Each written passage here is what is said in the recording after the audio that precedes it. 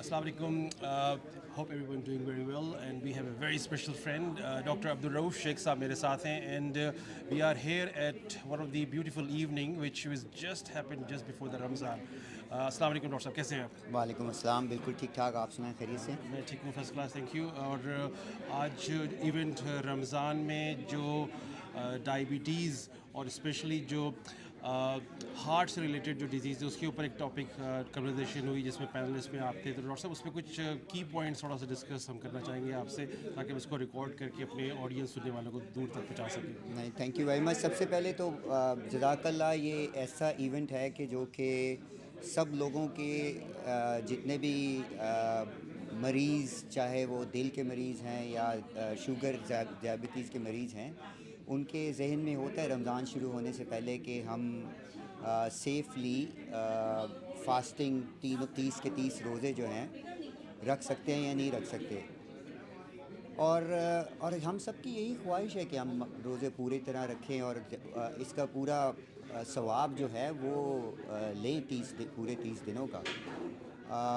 اللہ بہتر جانتا ہے سب سے زیادہ کہ کس کے روزے قبول ہوں گے یا نہیں ہوں گے, لیکن ہماری پوری کوشش ہوتی ہے کہ ہم لوگ پورا اہتمام کے ساتھ روزے بھی رکھیں, تراویح بھی پڑھیں, سحری کے ٹائم بھی اٹھیں. تو جو کارڈیک ڈیزیزز, ہارٹ کی ڈیزیزز اور ڈائبٹیز خاص طور پہ ہمارے پاکستان ملک میں تو بہت زیادہ پریولنٹ ہے, بہت زیادہ ہے. تو آپ کوئی گھر ایسا نہیں ہے جہاں پہ کوئی ہارٹ کا مریض نہ ہو یا کسی کو شوگر نہ ہو, بلڈ پریشر نہ ہو, یا کوئی کولیسٹرول زیادہ نہ ہو, یا کسی کے گھر میں کسی ماں باپ کو یا بہن بھائیوں کو کوئی کارڈک اسٹینٹ نہ ڈلا ہو یا بائی پاس نہ ہوا ہو. تو بہت کامن ہے, بہت کامن ہے. تو میں سب سے پہلے یہی بات کرتا ہوں کہ آپ پریپیئر کریں ان ایڈوانس.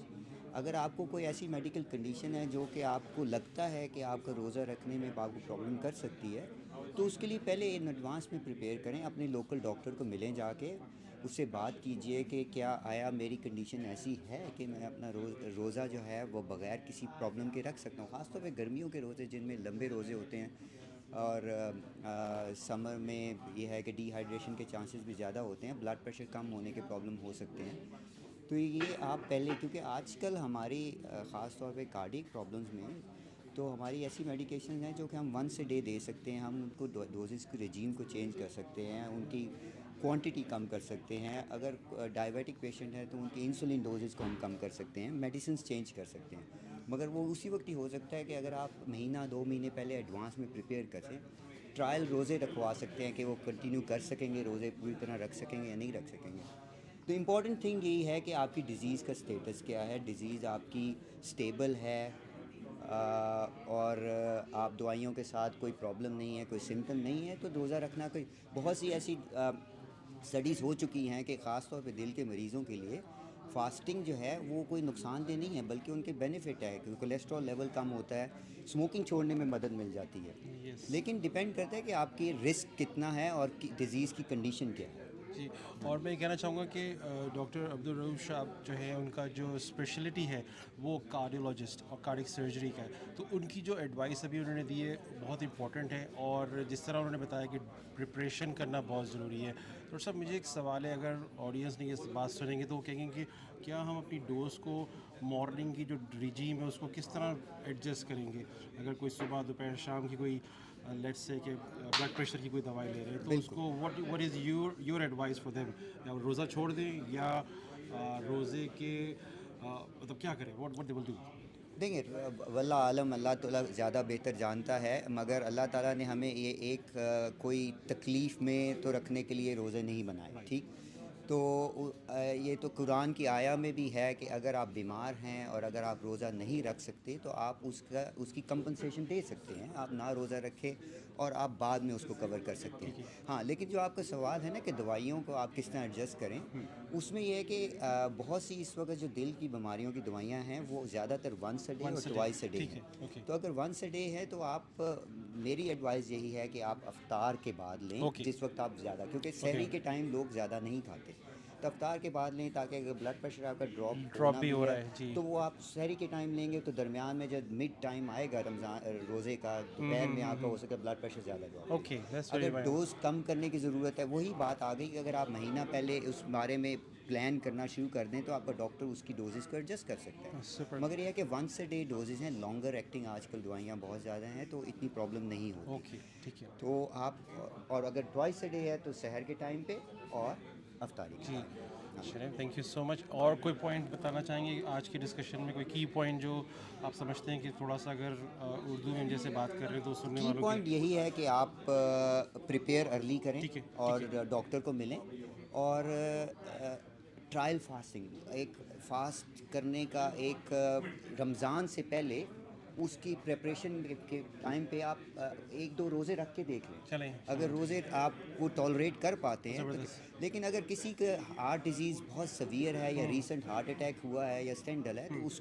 کو نہیں روزے رکھنے چاہیے. ٹھیک ہے. اور ابھی جیسے بات ہوئی کہ بلڈ شوگر چیک کرنے سے روزہ نہیں ٹوٹتا ہے, ہاں جی, اور آئی ایم انجیکشن لگانے سے بھی روزے کی بات ہوئی ہے, تو so that something very important for our سننے والے جو ہیں ان کے لیے بڑی امپورٹنٹ ہے. جیسے ابھی ہماری دوست ہیں انہوں نے کہا کہ ان کی مدر ہیں, ان کی خواہش ہوتی ہے کہ وہ روزہ نہ چھوڑیں, جی اور ان کو ڈائبٹیز بھی ہے, تو اس میں کچھ کہنا چاہیں گے سر آپ؟ اس میں یہی ہے کہ اگین اللہ تعالیٰ بہتر جانتا ہے, لیکن جو اسکالرس کے مطابق یہی ہے کہ بلڈ شوگر چیک کرنے سے آپ کا روزہ نہیں ٹوٹتا. جس طرح بھائی ایک انہوں نے بتایا ہے کہ ان کی والدہ جو ہیں وہ شوگر ہیں, وہ انسولن لگاتی ہیں, انسولن کی ڈوز کم کر لیتی ہیں, لیکن پھر بھی ان کو مڈ ٹائم میں ان کو تھوڑی تھرسٹ شروع ہو جاتی ہے. اب یہ نہیں پتہ کہ وہ تھرسٹ ان کو پیاس کی وجہ سے لگتی ہے یا ان کی شوگر لیول کم ہوتی ہے. تو اب اس دوران میں اگر وہ شوگر چیک کریں, اگر ان کا شوگر لیول کم ہو رہا ہے تو وہ ہمیں فائدہ ہے اس میں. ہم یہ ہے کہ ان کی رات کی جو انسولن ڈوز ہے ہم کم کر سکتے ہیں تاکہ وہ لیول لانگر ایکٹنگ دے سکتے ہیں رادر دین شارٹ ایکٹنگ, اور تاکہ جب ان کو تھرسٹ لیول وہ کم ہو جائے. لیکن اب یہ اگر شوگر نہیں چیک کریں گے تو ہمیں یہ نہیں پتہ لگ سکتا کہ تھرسٹ لیول ڈی ہائیڈریشن کی وجہ سے ہو رہا ہے یا شوگر کم ہونے کی وجہ سے. آپ یہ ایڈوائز کریں گے کہ وہ خود سے چینج نہ کریں, اپنے ڈاکٹر سے بالکل اپنے ڈسکس ڈاکٹر سے کریں ملیں اپنا اور اس ٹائم پر شوگر لیول چیک کر کے دیکھیں کہ اس وقت پہ کیا ان کے شوگر. اور وہ جو نئی جو ڈیوائس ہے جو کہ آپ لگا سکتے ہیں اسکن پہ, کنٹینیوس گلوکوز مانیٹرنگ. ہاں جی, کنٹینیوس گلوکوز مانیٹرنگ کہہ رہے ہیں وہ, اور اس کی تو کوئی نیڈل بھی نہیں ہے, وہ آپ کے بس پیچ کی طرح لگ جاتی ہے, تو اس سے روزہ ٹوٹنے کا تو کانسیپٹ ہے ہی نہیں. تو وہ آپ کی شوگر لیول جو ہے وہ آپ کی تھرو آؤٹ مانیٹر کر رہی ہے, اور اس ٹائم پہ سمٹم کے ٹائم پہ آپ بالکل کلیئرلی بتا سکتے ہیں کہ شوگر اس وقت کم ہوئی ہے یا تھرسٹ جسٹ پیاس کی وجہ سے تھرسٹ ہے. جی تھینک یو سو مچ روف بھائی, آپ نے بہت پیاری سی باتیں بتائیں, بہت سمپل طریقے سے سننے والوں کے لیے, اور اللہ تعالیٰ آپ کو اس کا ثواب دے. اور اس طرح کی جو ایوننگز ہیں میرے خیال سے رمضان سے پہلے کی گئی ہیں, that's so ideal for our community here in Adelaide. اور اس میں دیکھ سکتے ہیں کہ ملٹی کلچرل گروپس لوگ آئے ہوئے ہیں, اس میں different not only just Pakistani لوگ ہیں, اس میں ڈفرینٹ نیشنلٹیز کے بھی لوگ بیٹھے ہوئے ہیں. تو it's so beautiful gesture from Pakistani Medical Association along with Human Appeal, along with Adelaide Sister, and also they provide their office as well. اور ساتھ میں ایڈلیڈ PHN کو بھی ہم دیکھ رہے ہیں یہاں پہ, انہوں نے کنٹریبیوٹ کیا ہوا ہے. تو thank you so much for every one and thank you again. نہیں جزاک اللہ جی, ایسی ایونٹس ہمیشہ آرگنائز ہوتے رہنے چاہیے. Thank you very much for inviting us. Thank you.